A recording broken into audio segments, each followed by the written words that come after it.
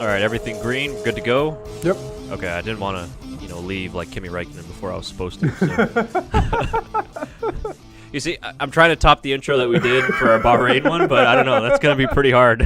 I mean, it's a good way to start it. Decent start. We saw green. Welcome, everyone. This is episode number 7 for us at the BackMarkers F1 show. We are bringing to you the Chinese Grand Prix preview. Yes, we're already on the third race of the season and our first back-to-back weekend of the 2018 Formula One World Championship. Chris Cato here, excuse me. I should probably let you know who I am. Joined by Shaker Barty. Once again, Tyler McDonald is still in Florida, so he's still riding the waves, walking on the sandy beaches. But he's enjoying himself in Tampa Bay. So Tyler will be joining us after China to review that race. But the show must go on. Today we're just going to cover a little bit of the Shanghai International Circuit itself, previewing sort of the latest news that has happened over the course of the last couple of days after Bahrain, and then before the session starts on Friday in Shanghai. So, coming off of a very decent, solid race in Bahrain, China is a much different circuit. Temperatures are a lot cooler in China, and it actually affects the track surface a lot due to the smog in Shanghai. So that will affect grip and just overall performance as well. So it's sort of a contrast in where Bahrain is a warmer, obviously, climate. And a much hotter track. And we mentioned that in the previous episode, how Mercedes was struggling a lot with hotter climates and the overheating of their tires. So this should help them a lot. And they have done well in China over the past few years, especially in this new hybrid era. So they're doing pretty well for themselves in Shanghai. Shanghai, this was a track last year where Lewis Hamilton won. Was a bounce-back race for him after losing the first race in Australia to Sebastian Vettel and Ferrari. So this is a track that Lewis Hamilton knows pretty well, and we'll bring up show you guys the graphic of the track layout itself. So for anybody who's just listening, you can check out the track layout and info on Formula1.com. They provide a nice little graphic here showing the different areas of the track. 305 kilometers over 56 laps. The first race was held in 2004, so similar to Bahrain, it's another fairly new track on the calendar. Circuit length 5.4 kilometers, and the lap record still held by Michael Schumacher, 132.238. That was done in his Ferrari some years ago, 2004, I believe that was, right? Yep. 2004, there we go. First year it opened. And then when looking at the track itself, so 2 DRS zones. So the first one obviously coming on Sector 1. Sector 1 on the main straight there, heading into what's one of the most difficult corners there. So if you see right there, just Shaker on that main straight there, heading into that first big loop there on Turn 1. This is a really interesting corner.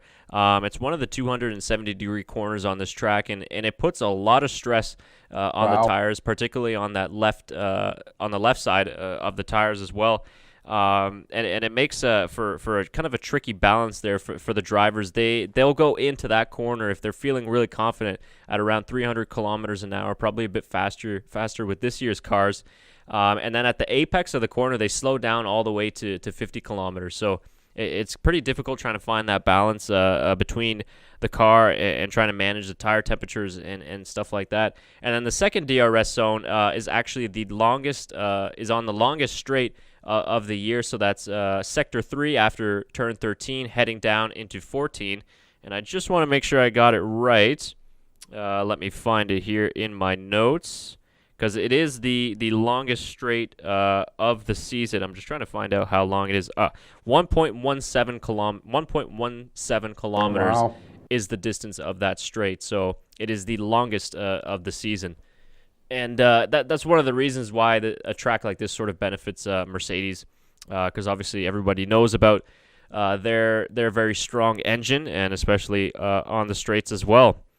And then the Shanghai International Circuit as well. They have signed a contract to extend up until 2020, so we will be seeing this race up until 2020.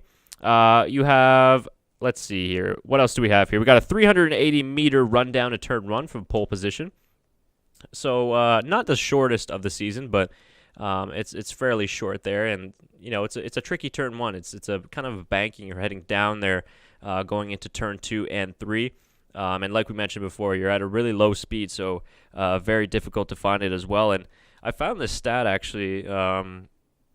This was provided by McLaren.ca. They provide actually a very interesting stat, and this was for 2017. But they said that going into turn 1, drivers they'll hit the apex at 50 kilometers an hour, and then drivers balance the car with about 20 bar of brake pressure and 20% throttle.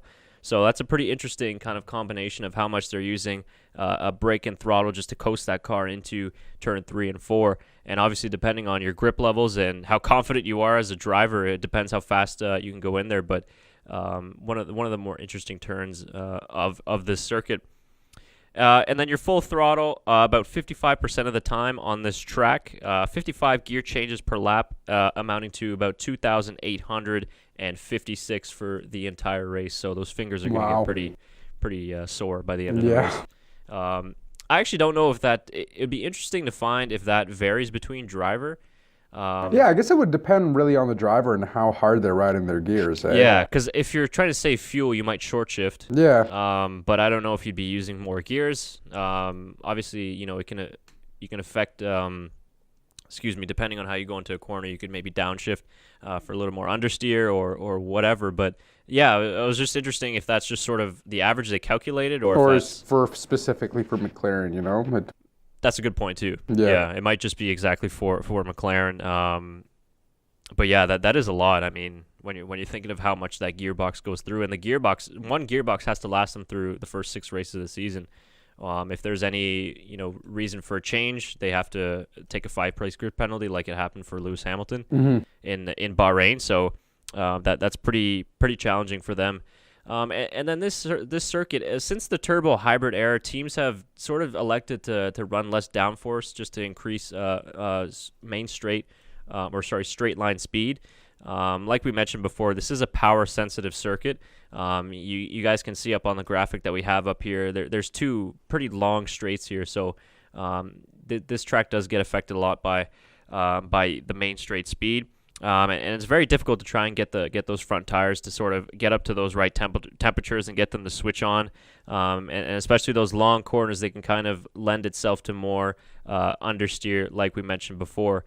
And that's sort of one of the challenges that the drivers and the engineers have to face. Last year there was some rain, so there's some changing conditions. It's obviously a bit cooler in Shanghai and in China, so the asphalt it's relatively new. So it can get pretty slippery in those changing conditions.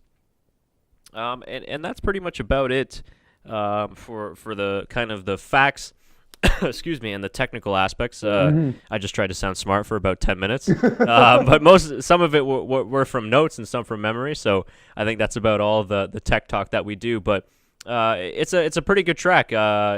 I find this track difficult to drive in F1 2017. It was difficult for me the first time I drove it, so but that's just me. But I'm not the best gamer out there, so but it's a good track.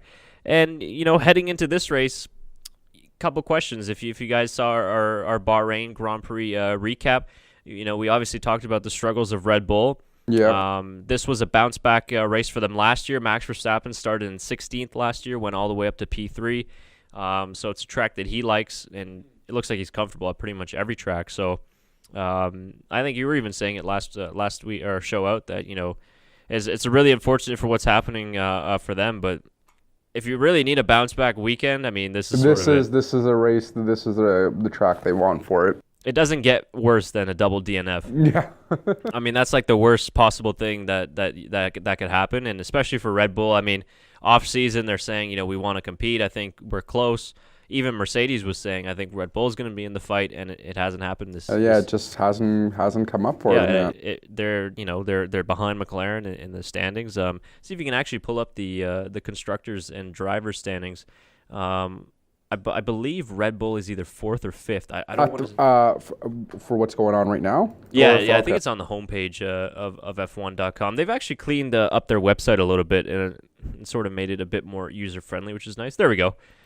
So Red Bull is, so they're 4th in the constructors. But, I mean, Renault, only 5 points behind. They're not too far behind. And if you look at Haas, if they wouldn't have had those pit stop problems, they probably would be ahead of Red Bull by now.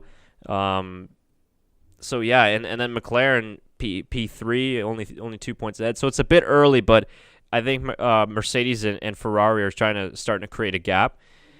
And I don't want to call it now, but I think the championship will still be between those two teams. I think so as well. I just think that Red Bull's showing quite a bit of issues, early on. Max Verstappen was unhappy with the car in Australia, and then Ricciardo took that penalty, but it doesn't seem like they've sort of pulled it together yet. And if they want to have a chance in the first 5 things coming, I think this would be the track for them to make an appearance and try to get themselves on the map pretty much. Yeah, and I don't know. It's just tough always with Red Bull. The same thing happened last year. They got off to a really slow start, a lot of reliability issues, and then you throw in the Honda dynamic with Gasly finishing 4th in Bahrain a few days ago. It makes it tough for Red Bull to decide, what are we going to do? And then you're trying to hang on to Daniel Ricciardo, to make sure that he doesn't leave, because if you don't provide him with some results within the next 2-3 races, it's going to be difficult for him to resign. We said on our last show that he's already thinking about when he was saying he was going to wait till halfway through the season. Yeah. So if he's already thinking about it, you want to try to make your driver stay. Like you don't want to lose a driver like that. I think it's easier for them to build their team around Verstappen because he's a bit younger. He's the future, obviously, most likely a future world champion. So they want to keep him down. They offered him a decent contract. And I think that they can make him the number 1 driver outright. I think you were right about that, 100%. Yeah, and I think that's what Ricciardo might look. Ricciardo might look elsewhere because, he's getting a little bit older and he does want to win. So he has to sort of assess his options and see, is it time to just leave and join the other team? But sorry, go ahead. Who do you think he would go for? I think he's going to go to Ferrari. Yeah, I would think the same. Yeah. And I think Raikkonen will probably retire at the end of this season. Yeah. He's shown good pace throughout the first 2 races. Disappointing start in Bahrain. I think that he could have maybe been a little bit more aggressive off the start. And then obviously just really bad luck with the pit stop. Yeah. But showed really good pace in Australia. So we'll see how he continues, if he can create this positive trend. But I think Daniel Ricciardo will go to Ferrari. I think so as well. I see that as a big possibility. Mm-hmm. I think that him and Vettel, they have been teammates before at Red Bull in 2014. That was actually a teammate battle that Ricciardo won pretty handedly. Mm-hmm. But I think that they have a good dynamic, and Daniel Ricciardo seems like a great guy to work with. Mm-hmm. He is really competitive, and he can be feisty and fiery. But I think he's nice and calm, and he's mellow, which I think suits Sebastian Vettel as well. Suits both their styles very well. And like we mentioned, I think a while back in one of our first shows, is that I think that he has Italian heritage. I believe he even speaks Italian. Yep. So I think that's an attraction for Ferrari to bring on, somewhat of an Italian driver, even though he is obviously a full-blown Aussie. But I think Ricciardo at Ferrari would probably be the best fit. We don't know what's going to happen with Lewis Hamilton and Mercedes. Most likely he's going to re-sign a contract. I think he'd be crazy not to. Yeah, it wouldn't make. I don't see him going to any other team. No, either he retires or I've been seeing some, banter pages and fan pages post like Photoshop images of Hamilton and like Ferrari races and stuff. Like, guys, it's never gonna happen. They got a Tommy Hilfiger sponsorship. Yeah. It suits his style, and there's just no way that the Italian Ferrari team would deal with the shit of Lewis Hamilton. Absolutely not. I don't see it. He does not fit in with that team at all. Not whatsoever. So I don't think that that's gonna happen whatsoever. But Valtteri Bottas, I mean, does Mercedes keep him? Yeah, that's the other thing. It's a question of, is he the right driver for this team? Could a better drive? Could Ricciardo have caught up to Sebastian Vettel in Bahrain? Mm-hmm. Was Valtteri aggressive enough?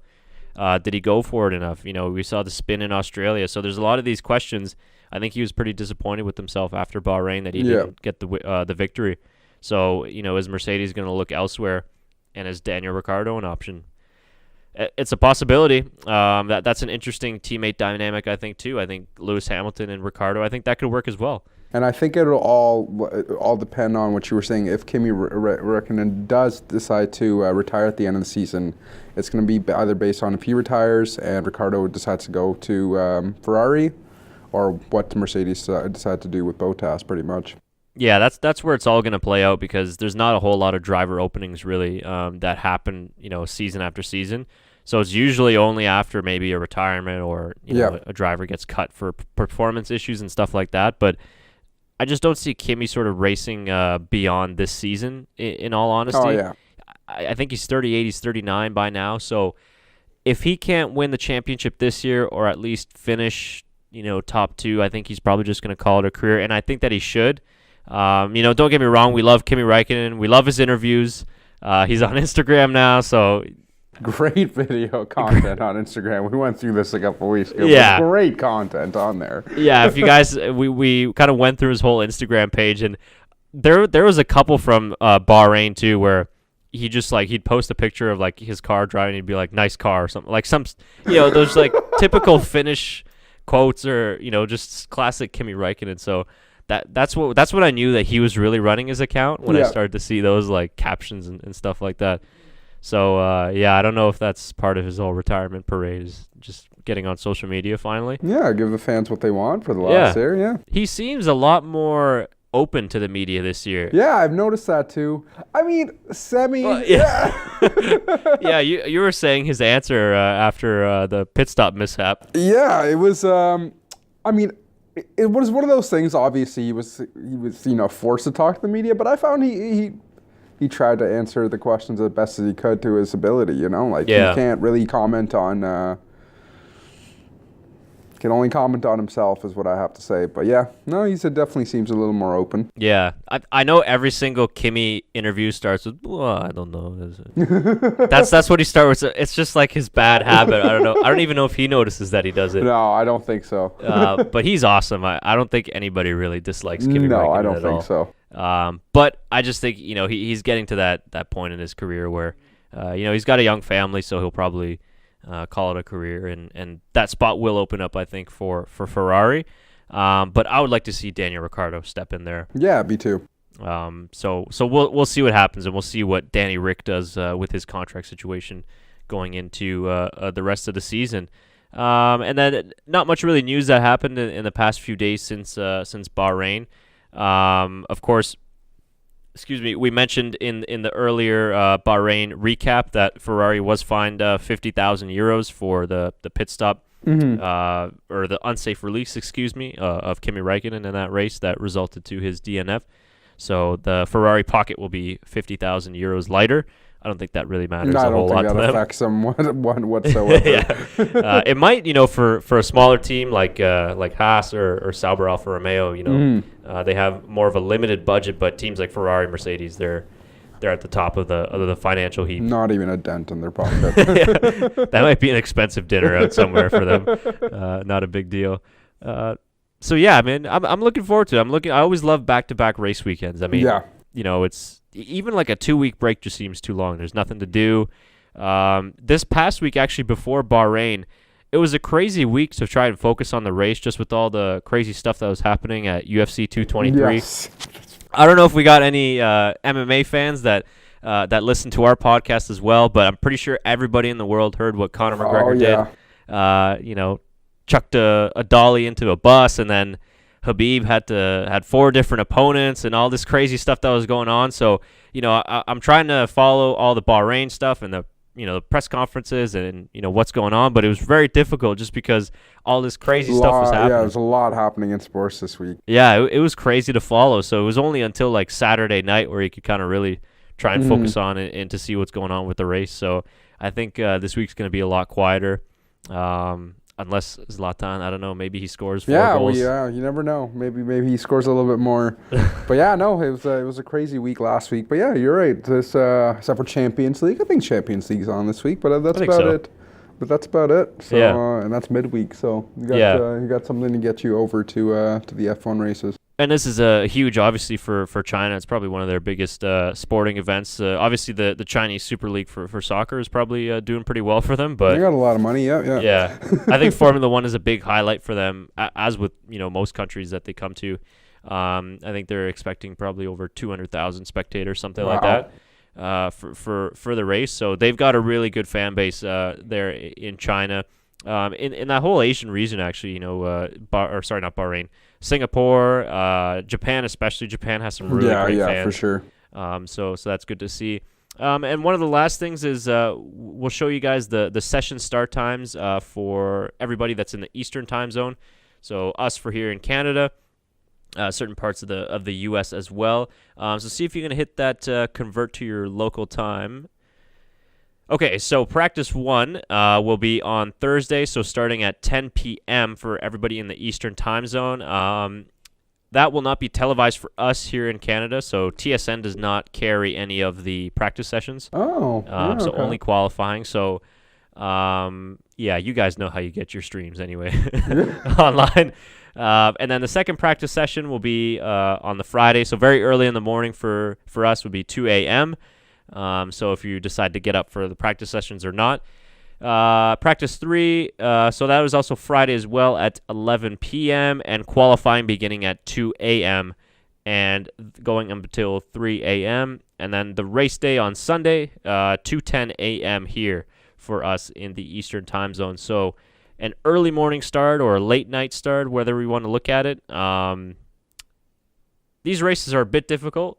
Because almost 12 hours. Yeah, you kind of have to decide whether you're going to stay up or whether you're going to go to bed and wake up for it. Wake up and watch it, yeah. But it's sort of in that middle area where you could probably just stay up. I know Tyler McDonald said he fell asleep through the Australia race, I think. Come on, man. You made the effort. Yeah, it's hard sometimes. But when we get into the European schedule, we just PVR everything because it's like 7, 8 a.m. starts. But it's not too bad. So that is the session start times for Shanghai, the third race of the championship. And I think that's pretty much about it. I'm pretty sure we covered everything that we needed to cover. A lot of tire wear to look out for in this race. Brake wear is not too bad, actually. It's fairly medium. Because of the long straights, they can cool the brakes a lot easier. But that's also where they can get into tire temperature troubles just because the tires will cool off on those two massively long straights. So that's one thing to look out for. And then let's make our predictions. We're trying to do this now, race after race. So far, we are all 0 for 1. So in Bahrain, I predicted Kimi Räikkönen would win. I was very wrong. I think you and Tyler both predicted Lewis Hamilton, right? We did, yeah. So you guys got a little bit closer. It was P3. But I'll start with you. Who do you think is going to win this race? Give me your top 3 for this race. Putting you on the spot. So am I going like 3, 2, 1 or 1, 2, 3? Any way you want to go. Okay. Because I'm wearing the Red Bull hat, I'm going to go for Verstappen for third. I think I'm going to go Lewis Hamilton second. I think he's very confident coming into the next race, so I'm gonna go for Vettel for number 1. Okay, 3 in a row for him. Then, I think he seems very relaxed at the moment. Like he seems even like when we showed the showed him defending Lewis Hamilton, he was a little bit heated up, but he seems very relaxed. I think I'm gonna say 3 in a row for him. And what would be your sort of how should we call it, your X factor in the race? I know last week before Bahrain we mentioned I said somebody would have an engine or a grid penalty. Tyler said tire wear, which ended up being a huge topic of conversation. So what do you think is your X factor for this race?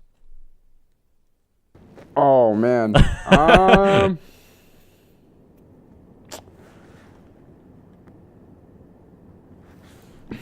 I think this is just a complete guess, but we'll see what Toro Rosso does. Well, obviously they came in 4th, which is a huge surprise for the last race. I think they might be a surprise for the next one. Yeah, that's a good one actually. Yeah, I think they're a team to watch.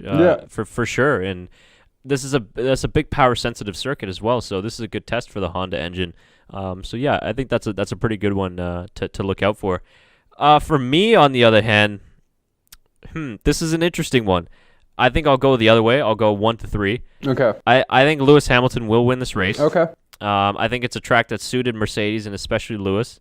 I think he knows that he needs to have a bounce back race. He's already said that he's thinking about the championship, which I kind of looked at that and I'm like, what else would you be thinking about? Like, what? you want to win. Wait, right? you're thinking about the Champions League? Like, of course you're thinking about the championship. Yeah. Once you start the season, you're thinking about it. Even before you start the season, like if you're that type of person, you want to win. So I don't really understand that. So maybe he's into it now. So though, yeah. Yeah. Anyway, so I'm gonna go Lewis Hamilton P1. I'm gonna say Sebastian Vettel P2. I think I agree with you that he's confident. I think this is a track that maybe less so suits Ferrari.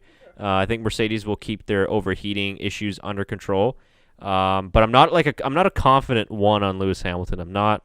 Mercedes looks a bit different this year. Yeah. So I'll go with that. Vettel P2 and P3 I really got to think about. Yeah, like I said, mine was just because the Red Bull hat, man. I'm gonna go for Verstappen. He's got to get something. he's got to get a confidence boost going into these races. Yeah. I'm gonna say Valtteri Bottas in P3. Okay. P3. I think Mercedes another double podium finish. Which I think leads me to my X factor, which I think will be another Red Bull DNF.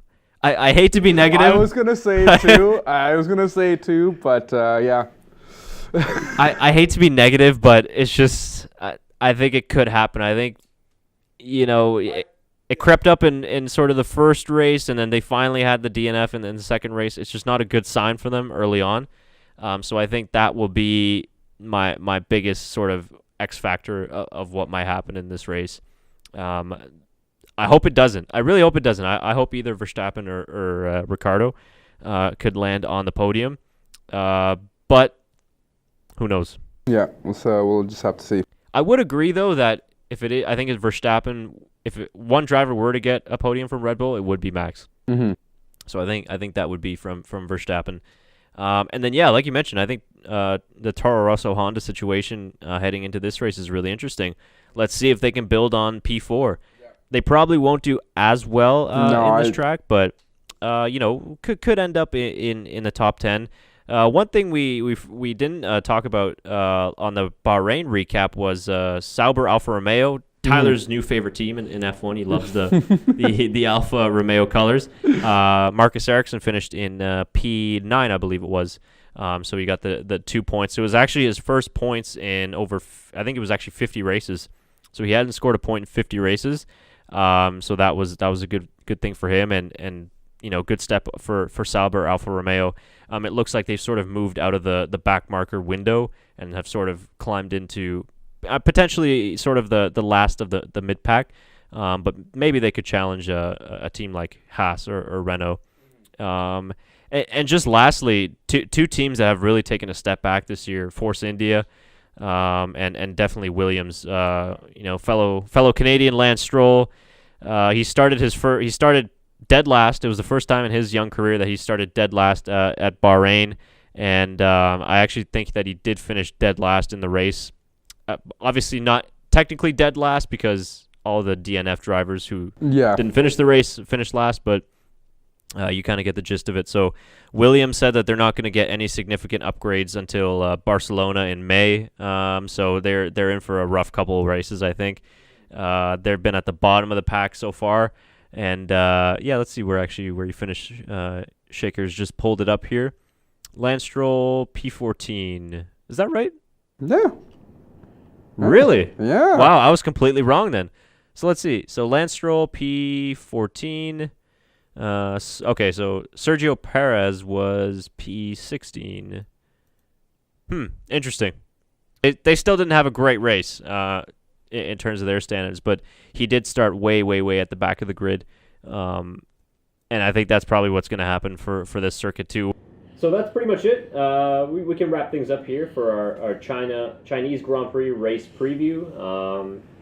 You're taking Sebastian Vettel P1. I'm taking Lewis Hamilton. Mm-hmm. We'll see how it goes. So far, we're 0 for 1 in our predictions. Tyler McDonald, unfortunately, could not get his predictions in time. We'll get him to tweet something. Yeah, we'll get him to tweet something. And we want you guys to tweet us something as well. So follow us on Twitter at TBMF1 Show on Twitter. Send us your tweets if you got any questions or comments. If you're, anything that's on your mind relating to Formula One, ask away. We always look forward to hearing from you guys and want to interact with our fans all over the world. We're also on Facebook, the BackMarkers F1 Show on Facebook. And always make sure that you subscribe to us on our YouTube channel for all of our latest content. Comment in the video below who you think will be the top 3 in the Chinese Grand Prix preview. And it will be interesting to find out who's right in the end. Is it me or is it you? Probably none of us, because we're not. No, we'll see. We're We'll not see. so good at predicting. It will be it will be Mercedes or Ferrari on the podium for sure, though. Yeah. Yeah. I can tell you that the winner of the race will be the car that passes the finish line first. Exactly. At the end of 56 laps. So that's it. That's a wrap for the Chinese Grand Prix preview. Thank you very much, everybody, for joining us. As always, be on the lookout for the videos following this episode. We'll be posting our clips within the coming days. But until then, enjoy the Chinese Grand Prix. It's bye for now. Thanks again.